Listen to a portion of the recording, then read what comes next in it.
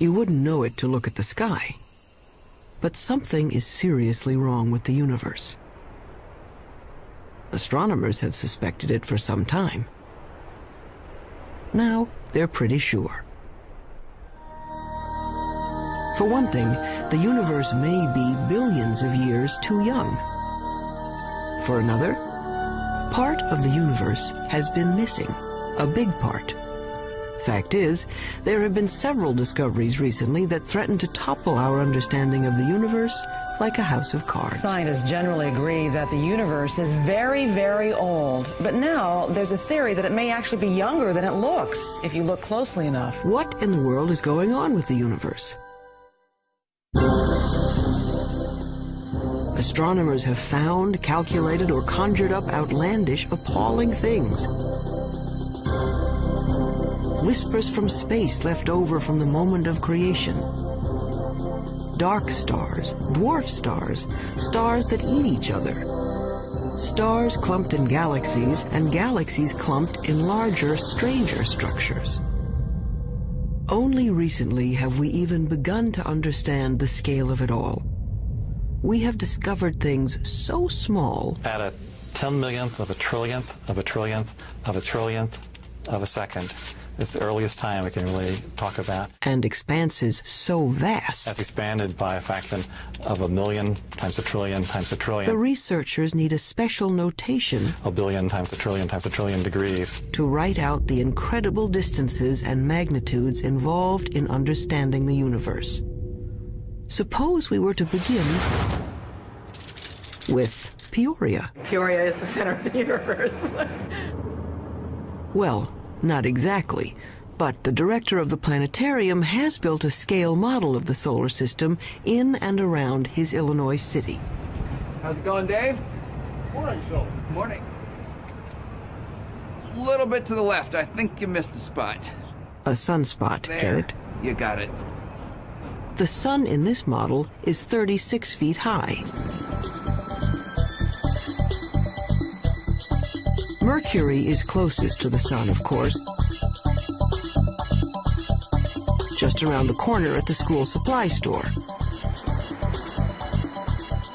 On that scale, the Earth is 6 blocks away at the Amoco station. Earth is open 24 hours a day. And Mars is 7 blocks beyond Earth at the TV station. Mars has life, or at least television reporters. Pluto is smaller than a golf ball. It's a full 40 miles out of town. And if you think rural Illinois is empty, try the universe. The 40 miles to Pluto, on Peoria's scale, represent 3.5 billion miles. On the same scale, the nearest star, Proxima Centauri, would be as far from Peoria as the moon. This isn't helping, is it? Okay, forget Peoria. Our sun is bright because it's close, just 93 million miles away. Stars are suns, but farther away. The nearest star is 25 trillion miles away, so far that light from Proxima Centauri, light, the fastest thing in the universe, takes 4 years and 4 months to get here. They say the star is 4 1/3 light years away. Our sun is just one of the billions of stars in the galaxy we call the Milky Way. How far across is the Milky Way? Real far, 100,000 light years. And the Milky Way is just one of some 50 billion galaxies. It's 1 million light years to the nearest galaxies and tens of hundreds of millions of light years just to cross our galactic neighborhood. It has been said that someone looking at the universe is like an ant contemplating a skyscraper times 1 billion. So what human beings have done is bring the lights in the sky down to Earth. They've personalized the stars and named them like they name dogs and horses. This grouping of stars in the southern sky is known as Orion. The shepherds in ancient Crete decided it looked like a hunter armed with a club and carrying a shield made of lion skin. Cretan shepherds had great imaginations. we know what we know today about the universe? Well, we've been trying to understand it for a long time. The awful majesty unveiled by night has, down the ages, stirred us to wonder and worship. Prehistoric astronomers used elaborate monuments to mark the sunrise and the sunset. By 300 BC, Aristotle taught there were transparent globes around the Earth, on which were mounted the sun, moon, planets, and farthest out, a sphere studded with little stars. As late as the 16th century, most still believed the Earth was the center of the universe. There were a few people, like Copernicus, who thought the Earth circled the sun, but not many. Then, in 1608, an Italian named Galileo heard that you could make a spyglass with two lenses in a tube. He built one and aimed it up. It was not until Galileo perfected the telescope around 1610 and pointed it at the Milky Way that he was able to say that the Milky Way was just millions of stars. And if you take a pair of binoculars on a clear night and look at the Milky Way, you'll just see that it's nothing but stars and clusters of stars. Galileo's telescope magnified things about as much as a pair of binoculars, but that was enough. He saw that Venus had phases like the moon, that the sun had spots on it, and that the moon had mountains, and that Jupiter had 4 moons. Aristotle's perfect crystalline spheres were shattered, and the universe stopped being simple. And there were other strange things out there. Remember Orion? Well, down in the middle of his sword was a star that wouldn't focus to a bright point, no matter how powerful the telescope. The object came to be called a nebula, and over time, astronomers found many such fuzzy blotches in the sky. Fast forward a couple of centuries.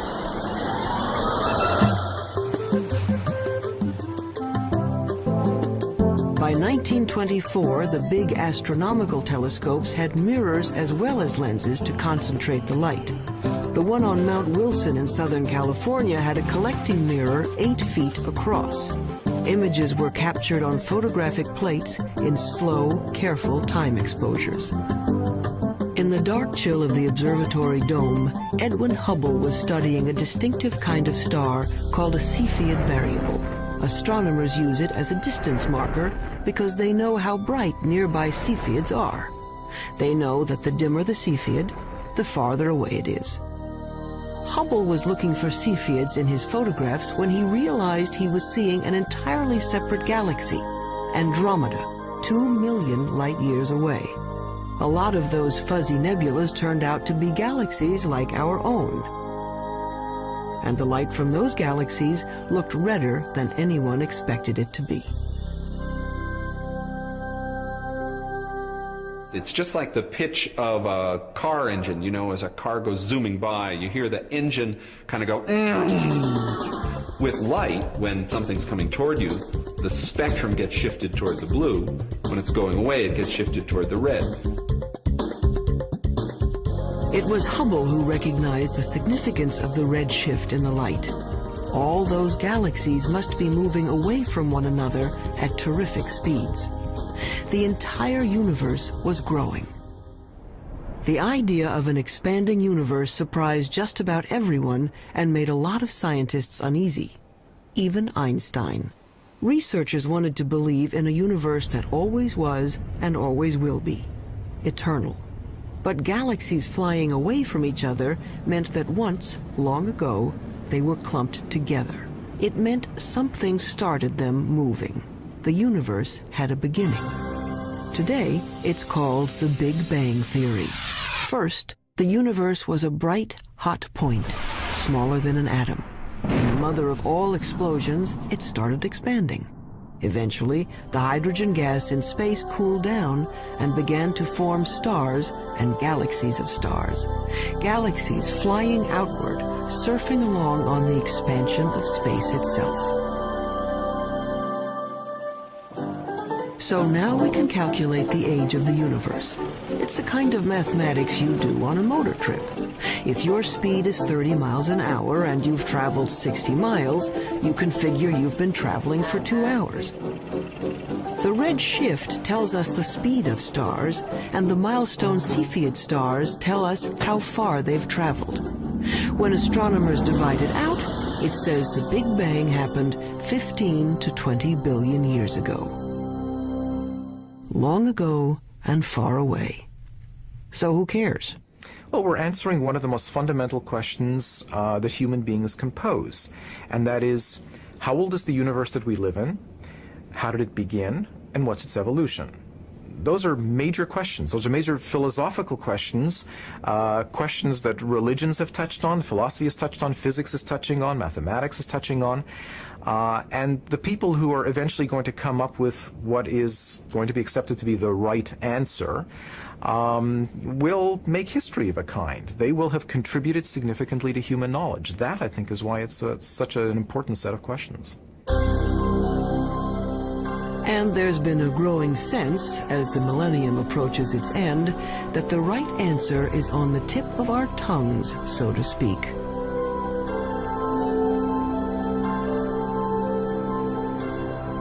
But not yet, not quite.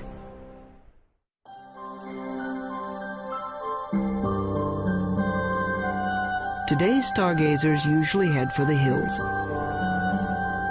Hawaii's Mauna Kea, the Chilean Andes, Arizona's Mount Hopkins. Robert Kirshner works 8,500 feet up, hunting dying stars.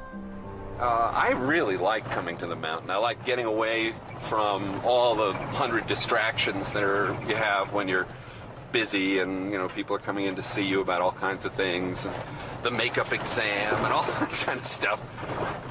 And to just concentrate for a couple of days only on the scientific investigation, only on what you're trying to do, it's very, very good. Light pollution has chased astronomers out of the cities to lonely vigils in remote locations. Kirshner watches for the sudden flare-up that means a star has exploded, a supernova, or its smaller cousin, a nova. The kinds of things I'm working on, these supernovae, which are events that come and go, if you don't get it this year or this month, that one is gone. You just lose the chance.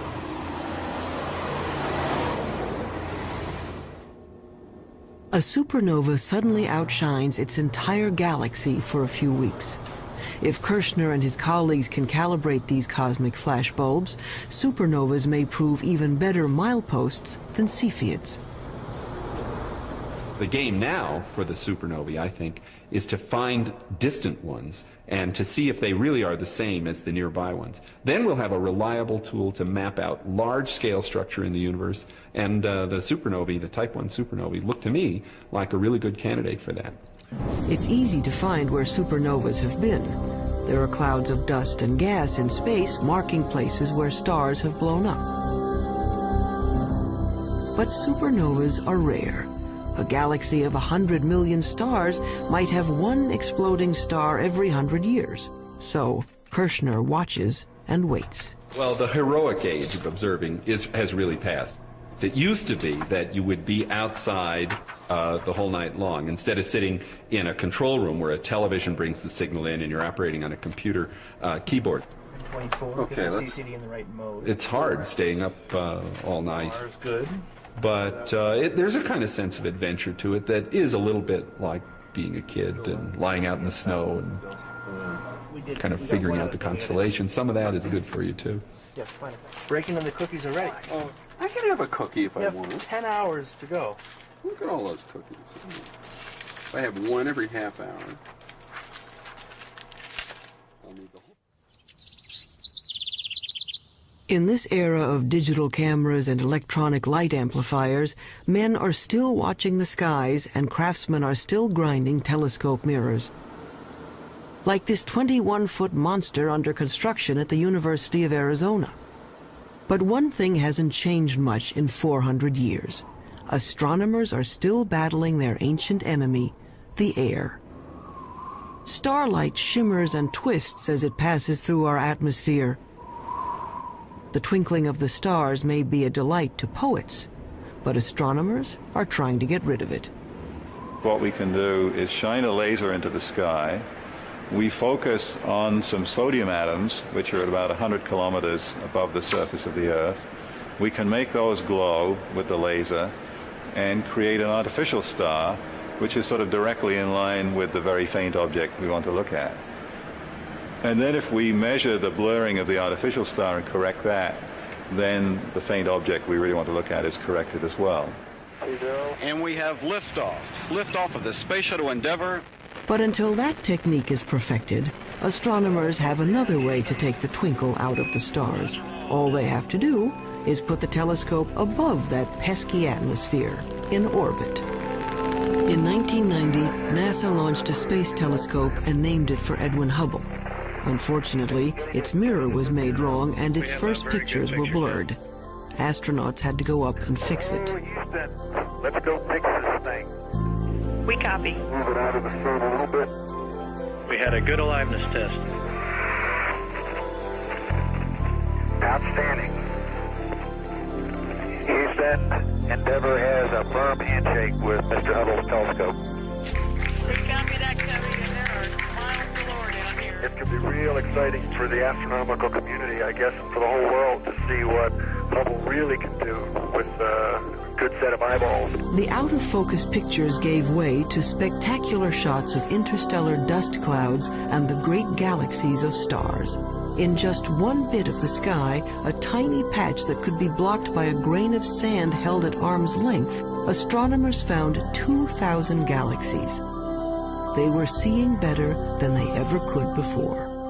So one way of looking at it is if there was a firefly in Tokyo, and here we are in Washington looking at it, we could tell if there was another firefly 10 feet away, we'd actually be able to distinguish them. In 1994, at the Space Telescope Science Institute in Baltimore, astronomer Wendy Friedman was using the newfound clarity of the Hubble to observe the heavens and stumbled into the cosmological controversy of the decade. Yeah, I just wanted to ask you not to break out any observations until I give you a clear. So when were these images taken? She and her team, like Edwin Hubble before them, were looking at those milestone stars. My cosmic rays aren't nearly as apparent. For our work, we need a telescope out in space because what we're after is a certain kind of star. It's called a Cepheid. And we have to be able to detect that kind of star against the background of a galaxy. And the Earth's atmosphere smears and blurs our view, and we can't detect those stars. Friedman got the best readings yet on Cepheids in a neighboring galaxy, and a measurement of its distance. Using the redshift speedometer, she calculated a new age for the universe. Our preliminary measurements indicate that the age of the universe is somewhere in the range from 8 to 12 billion years. And that immediately brings about a conflict with other ages that have been measured. That's a problem. Her universe is younger than some stars, and the age dating of stars is very accurate. Scientists can read a star's chemical changes like a clock. When we look at a cluster of stars, hundreds or thousands, it doesn't really matter. What we have to do is go in and measure the brightness of the brightest star that's left in the cluster, that's still burning hydrogen in its core. And that star is the minute hand on the clock, because that's the star that is closest to burning out its hydrogen, closest to ending its life, and that's a direct measure of the age of the cluster. But unfortunately, the star clock has been running 6 billion years longer than Friedman's universe. But we're looking at globular star clusters, 100,000 to 1 million stars, and they're being age dated by several very reputable groups of physicists, astronomers, and they're all coming up with ages 17, 18, 19 billion years. That's a problem. We're very close to having a kind of contradiction between the ages of the stars and the age of the universe. This would be quite embarrassing, because you really shouldn't be older than your mother. Clearly, if the universe is 10 or 12 billion years old, then there can't be stars in the universe that are 15 or 17 billion years old. That's not logical, at least if the entire Big Bang theory is right or even close to being right. Wendy Friedman is well aware of the dilemma. She knows that, like many other puzzles about the universe, this one will probably be around for a while. I mean, anytime you get a new tool, you get data that are of better quality than were possible to obtain in the past. Yeah. You learn new things and get with it. And yes, sometimes leads to confusion because there aren't answers for all of the questions that are being raised. But it's a healthy aspect of science and how science proceeds.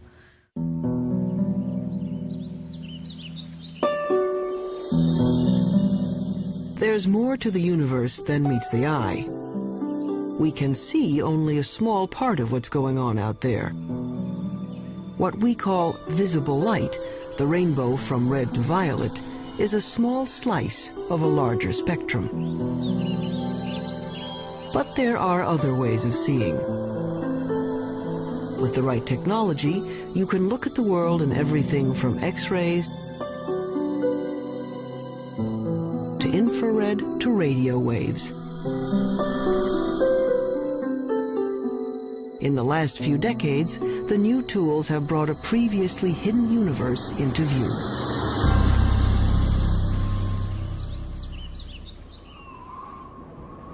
Take the sun.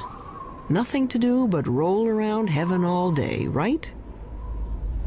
But by using the X-ray part of the spectrum, astronomers can see the sun is a very busy place. Pictures made by X-ray detectors show there's a cauldron of nuclear reactions boiling beneath its surface. Using film sensitive to ultraviolet, we can see great plumes of superheated gases rising from the sun's surface. Our well-behaved, friendly neighborhood star is a continuing, self-contained thermonuclear explosion. It's in high-energy astronomy where you really see that the universe is a violent place. It's not just made up of these good citizen stars that sit quietly fusing their hydrogen into helium. NASA is looking at the lower end of the spectrum, infrared light. Infrared is absorbed by moisture in the Earth's atmosphere. So infrared telescopes are mounted on planes to lift them above the clouds.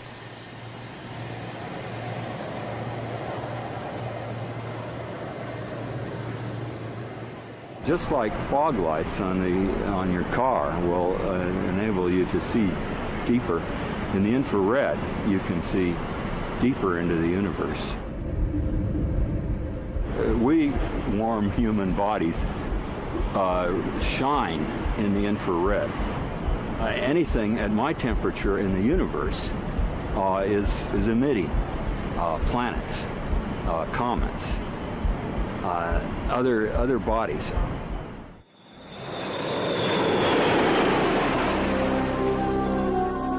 The star-forming regions of the universe are often hidden from view by dust clouds, until infrared astronomy allowed us a way in. Now we can see clouds of frigid hydrogen gas condensing and starting to heat up as stars. The sky in the infrared is a strange and wonderful place. Once we learned where to look, we could peek into these stellar nurseries and snap some baby pictures. This is Hubble's view of the Eagle Nebula. The bright spots on the edge of these monstrous pillars of gas are brand new suns.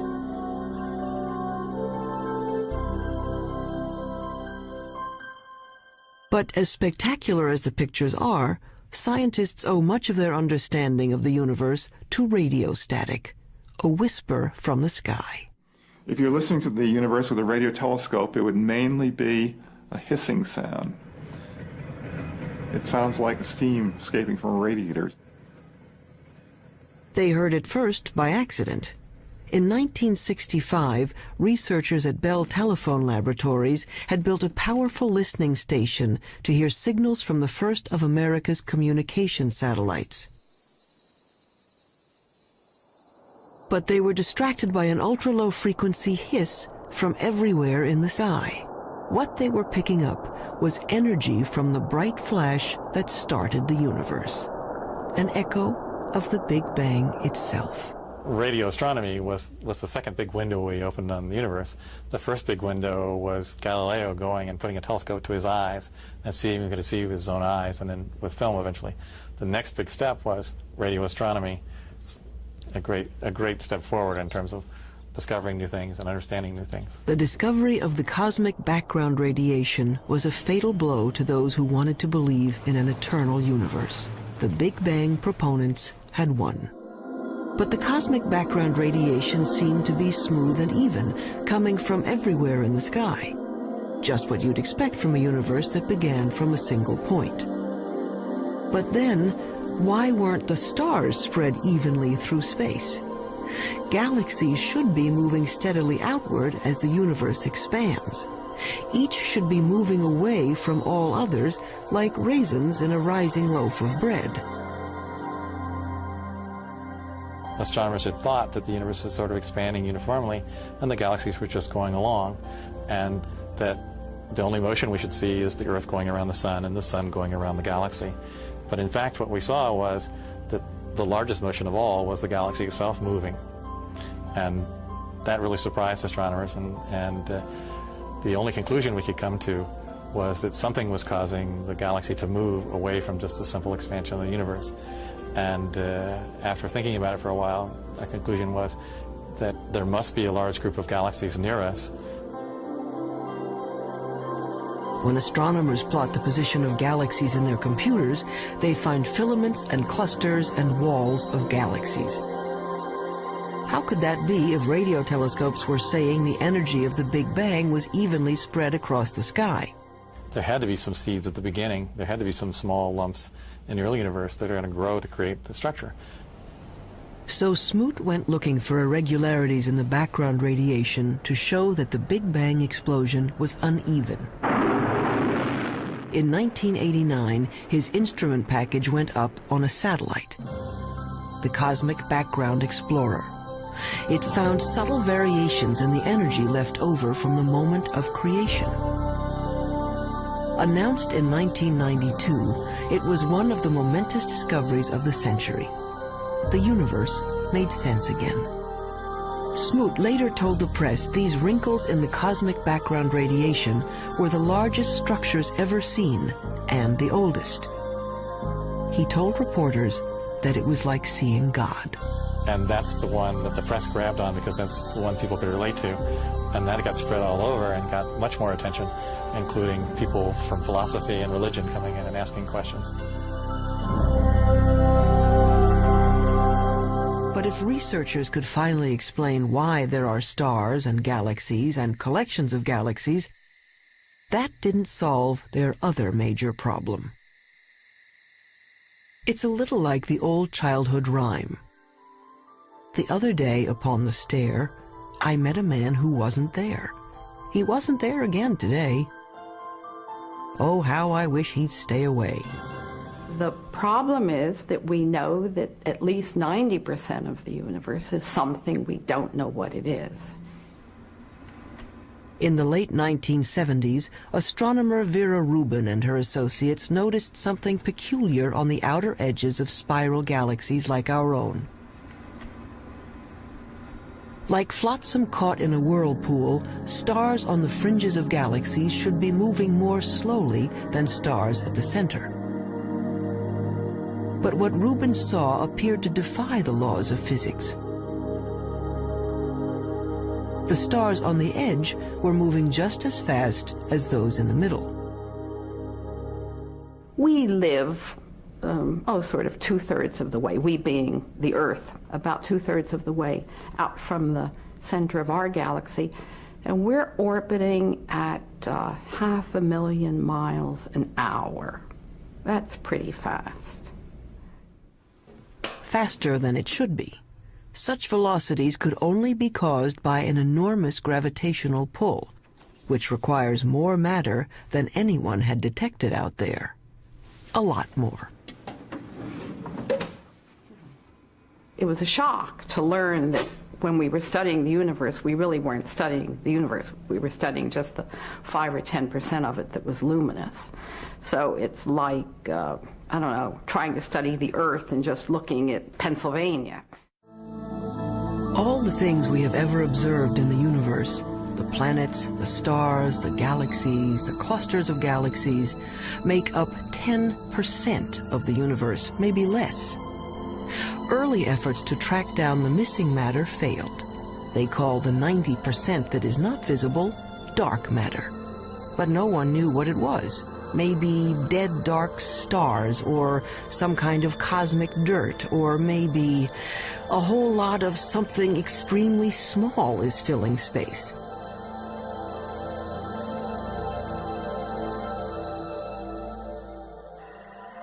Subatomic particles called neutrinos might make up part of the missing mass, but not enough. Scientists went looking for other candidates. Daniel Snowden-Ift theorizes that dark matter may be made of something physicists have taken to calling WIMPs, short for weakly interacting massive particles. These would be things smaller than atoms, if they exist at all.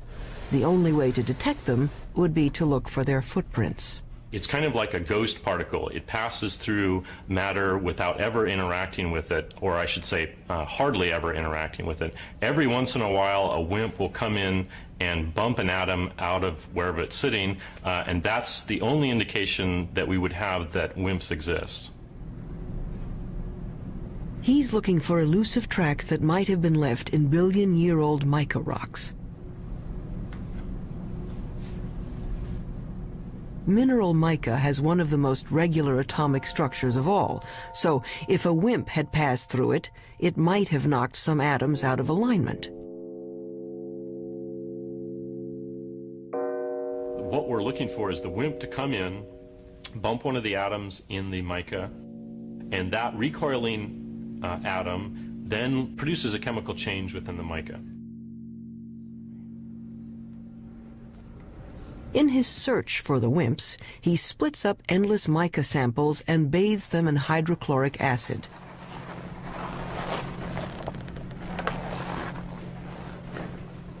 It's a little bit like developing a photograph.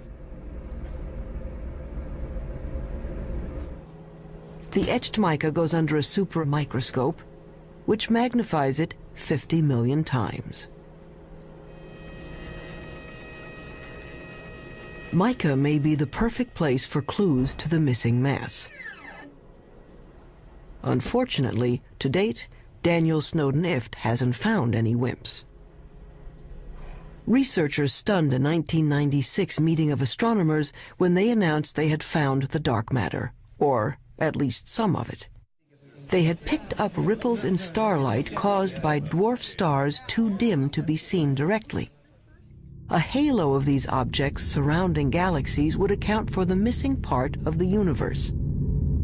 To bug the physicists looking for WIMPs, the astronomers call these tiny dense stars machos, massive compact halo objects. The research to confirm the mysterious source of gravity goes on. I would like to think that in 10 years we know what the dark matter is, but I wouldn't bet very much money on it. But advances usually come in very surprising ways.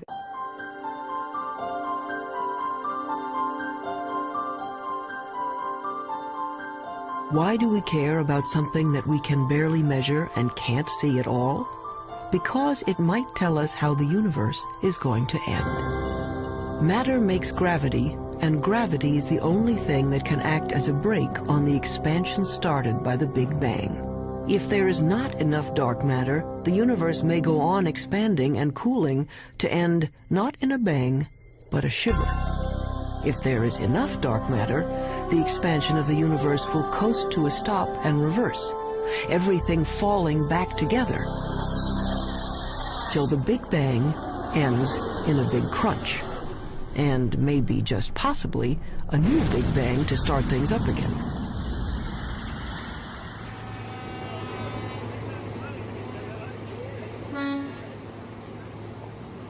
Albert Einstein, among other things, revolutionized the way we think about good old gravity. Astronomers generally only talk about one force, and that's gravity. And the reason for it is almost everything that's important on the large scale, that is on the scale of planets and stars or the universe as a whole, is gravity. From Einstein, we know that the gravity that pulled Newton's apple down from the tree isn't a kind of magnetism. Gravity is a property of matter and space. Matter bends space. The more mass, the more space around the mass is warped. That's why the moon goes around the Earth. It's trapped in a dimple in space, a gravity pit created by the mass of the Earth. When enough matter collects, gravity is strong enough to squish hydrogen atoms into helium atoms. This fusion releases enough energy to turn on a star. But gravity is also a star killer. Stars are born, age, evolve, and eventually die, just like people. They have a regular life cycle. During the entire life of any star, there is this delicate balancing act, because gravity is always at work trying to crunch the star down into a small point, and the high internal pressures are trying to blow the star up and blow it apart. And for about 90% of the life of the star is in nearly perfect equilibrium. And it just sits there, burning away and producing radiation. But when the fuel is gone and the fires go out, gravity is free to collapse the star. A medium-sized star like our Sun will burn steadily for 10 billion years. Then, in a kind of cosmic spasm, it will puff up to engulf the inner planets before collapsing into one of those white dwarf stars. A star twice the mass of our Sun would collapse even farther, ending up as a super-dense star the size of New York City, a neutron star. A teaspoonful of stuff from a neutron star would weigh 100 million tons. But what happens to a bigger star when its fires die down? Say a star 50 times the size of the Sun. It may blow up as a supernova, leaving a neutron star, but then it keeps on shrinking to infinity. An infinitely small point with a gravity so powerful that not even light can escape. There's no there there. It's a black hole. And the analogy that we have to space being stretched by the material is you have a rubber sheet and you put a ball on it and it causes a dent. Put a heavier ball, it'll cause a deeper dent. If you put a heavy enough ball, it'll just tear through the rubber sheet altogether. If you force too much matter into a limited amount of space, it'll just tear space like tearing the rubber sheet. You can be forgiven for thinking a black hole is some sort of weird science trick. An infinitely small, invisible star defies common sense. It's what happens when you use mathematics as your lens on the universe. But out here on the high desert of New Mexico, they've found that black holes do exist outside of equations. 27 giant radio dish antennas, each 80 feet wide, are positioned over 13 miles to form a single huge radio telescope. They call this very large array of antennas the VLA, which stands for the Very Large Array of Antennas. James Moran is one of the world's foremost radio astronomers. The VLA has had a tremendous impact over the last 15 years. It's very important because it has tremendous versatility.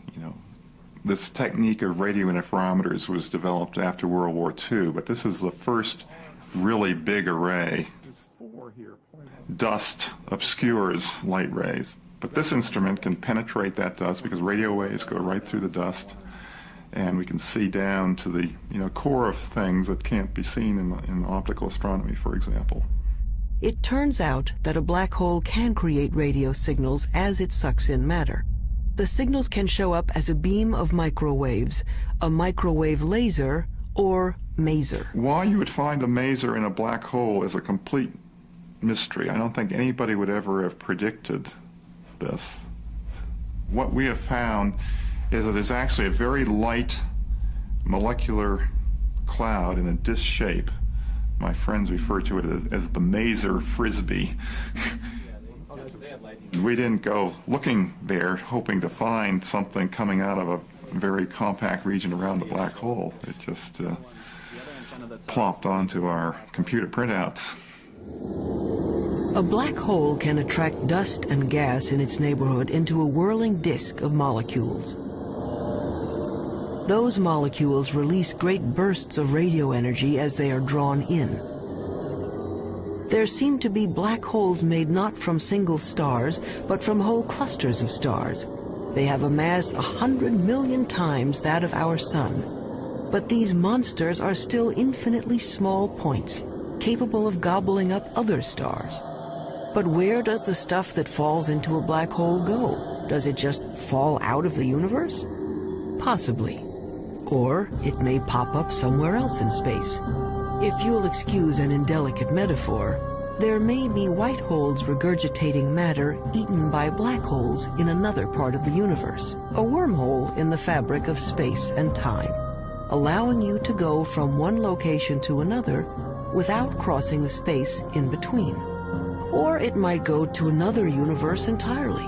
Astronomy's reigning theoretical genius, Stephen Hawking, proposed that the black holes in our universe might well give birth to other universes. In fact, there might be any number of universes, like bubbles in the bath. We don't know, and probably can't know. If you fell into a black hole, you'd be stretched until you were thinner than a strand of spaghetti, which wouldn't bother you because time would stop. The rules of the universe as we know them don't seem to apply to black holes. That's what happens when you start messing around with infinities.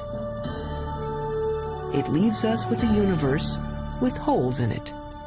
A universe with a lot of room for imagination.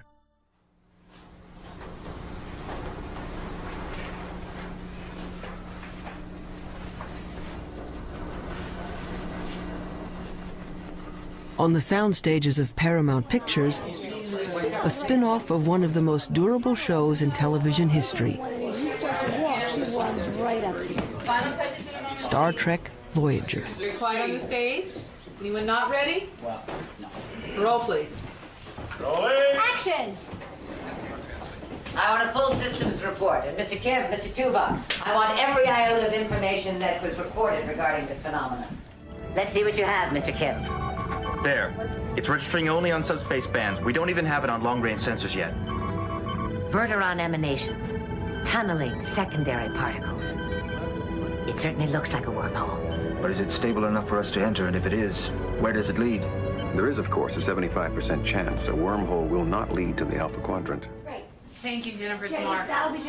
Yes, I gave that to her. I changed it. Real-world astronomers have confirmed now there are planets circling other suns. The problem is, we can't get to these other worlds in any reasonable amount of time. 20th century physics says nothing can go faster than the speed of light. You want black wrap that? Sure, go ahead. But that would be much too slow for a 24th century operation like Star Trek. The dramatic need of a television series called Star Trek is that we need to travel to a different planet every week.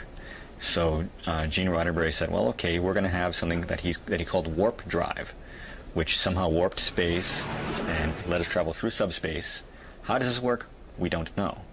But nevertheless, we see it work every week, and hopefully the audience buys it. A lot of scientists love this show and have even written books showing how Star Trek physics might work. Shake anyone? Felix, what happened to you? After all, it wouldn't be science fiction if it didn't have science in it. Star Trek science advisor Michael Okuda. Our core fan audience is tremendously scientifically knowledgeable, and when we violate the laws of physics or the laws of physics according to Star Trek, they let us know, so they keep us honest. In the third season of the show, once we had a phaser come out of a photon torpedo port, something that I, to this day, don't know the difference between. And we got over 100 letters the next day. Any analysis yet, Ensign? Too far away. We'd have to be within 1,000 kilometers to get a detailed analysis. But that would mean a significant course change. Well, Mr. Kemp, if there's even the possibility of finding a wormhole, I think we can afford a detour. Scientists take wormholes seriously enough that they have become an assignment in George Smoot's physics class. Given a wormhole a couple of miles across, students are asked to calculate what could pass through without being destroyed by gravitational tides. The smallest piece of electronic that wouldn't be torn apart in terms of going through this. And the answer was, it's something that's smaller than a chip, but it's roughly the size of a chip. And so, you know, in science fiction shows, they just show small wormholes that you go into, but in reality, the wormhole would have to be quite huge. But theoretically, at least, you could go someplace else in space or time. As far as physics goes, a wormhole is a loophole in the laws of the universe.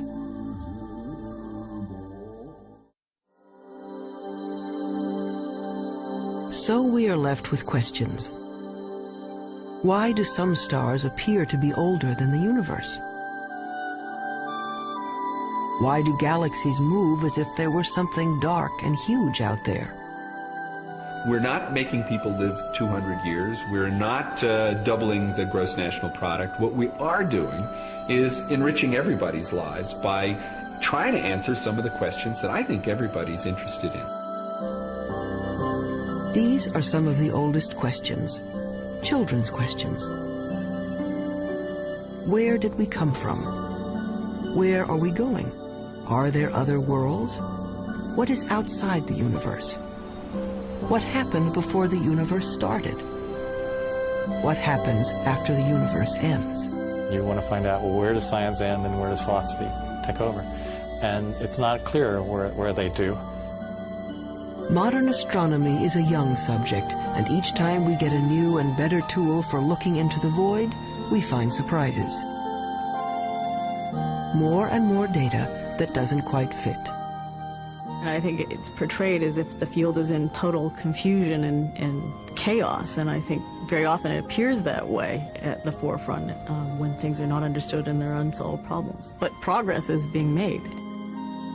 The fact that we're able to take these subtle clues, that things you can barely measure with the biggest, most sophisticated instruments, and figure out that they are telling you about what the universe was like 15 billion years ago, I think that's a terrific thing. Why does the universe exist? Given the fact that it does exist, the fact that it is as exquisitely beautiful, as exquisitely tuned as it is, that it works as astonishingly well as it does, and that we, very tiny creatures on a rather remote planet, not in any special place in the universe, have been able to evolve in this universe and sense the universe, the entire universe around us, that we can sense that there are things out to 15 billion light years away from us. That to me is just a mind-boggling concept.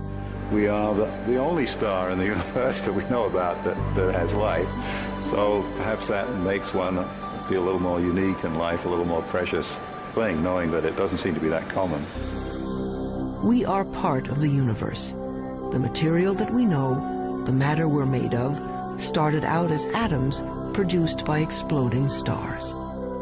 I like very much the fact that every atom in our bodies has come from some star. If there were no stars, the universe would be all hydrogen and none of what we know would exist. And that's why it's not an exaggeration to say that human beings are stardust, because the iron in our blood and our hemoglobin and the calcium in our bones and all the other heavy elements in our body were created in supernova explosions. So in our quest to understand the universe, we come back to ourselves. If we are made from the elements of stars, aren't we then, in a way, the universe trying to understand itself? It's not quite what the ancients were talking about, but maybe we're in the center of the universe after all.